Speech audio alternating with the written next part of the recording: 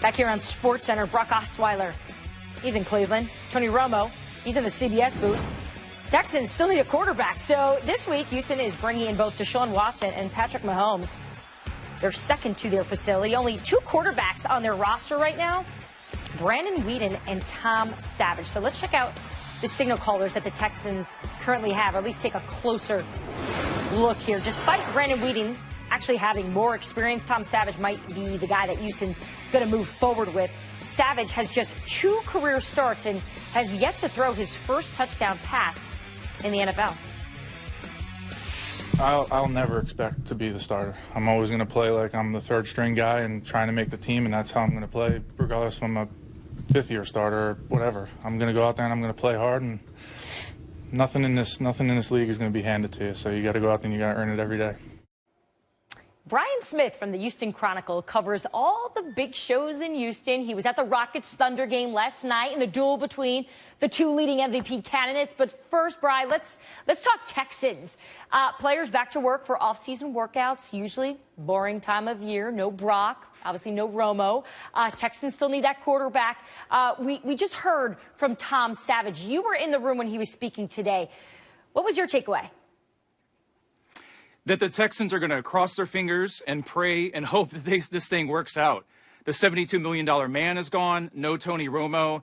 If week 1 was today, the Houston Texans would have the most inexperienced quarterback in the NFL as their starter, but they also believe in Tom Savage, and they really don't have any other option right now. I mean, it's been Ryan Fitzpatrick, Ryan Mallett, Brian Hoyer, T.J. Yates, Case Keenum. Now it's Tom Savage. Ironically, Savage is the only quarterback that Bill O'Brien and Rick Smith have ever drafted together. So they're going to hope it works out. He does have a nice arm. He's just so inexperienced that it's going to be so hard for him to take them to the next level. And that's where Bill O'Brien and this team needs to get this season.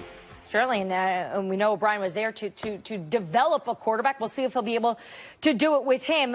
Let's talk J.J. Watt and his health. What is the latest there? Yeah, so this is a little bit more positive for the Houston Texans. JJ was never right last year. He looks great this year. He had the tight shirt going on.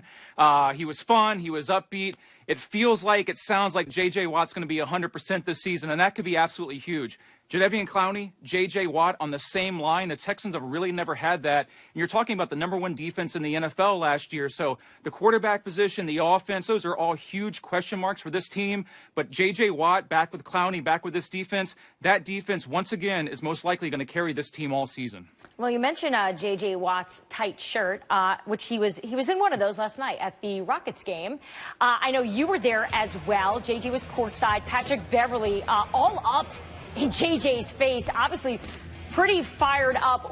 What did Watt have to say about the game last night? Yeah, this is actually pretty fascinating. So J.J. Watt, he's an Astros fan. He's a Rockets fan. He'll wear the hats, he'll wear the shirts, but he's not Tony Romo. He's not going to put on a uniform. He has the respect for the game.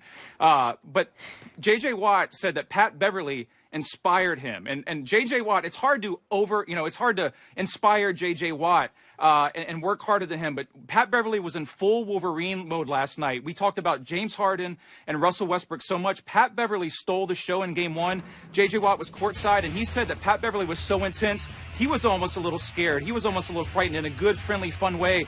Pat Beverley then invited J.J. Watt to game 2. So there's mutual respect from these guys, but it's an amazing story what Pat Beverley's been able to do for this team.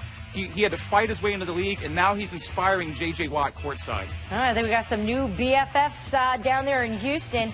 Patrick Beverley, he guarded Westbrook, who made just 6 of 23 shots, and he turned it over 9 times, 21 points and 10 boards. Obviously, an impactful player on that Rockets team. We'll see how he will do in game 2 with J.J. Watt sitting courtside on Wednesday. That is Brian Smith. Thanks so much for joining SportsCenter. Thank you.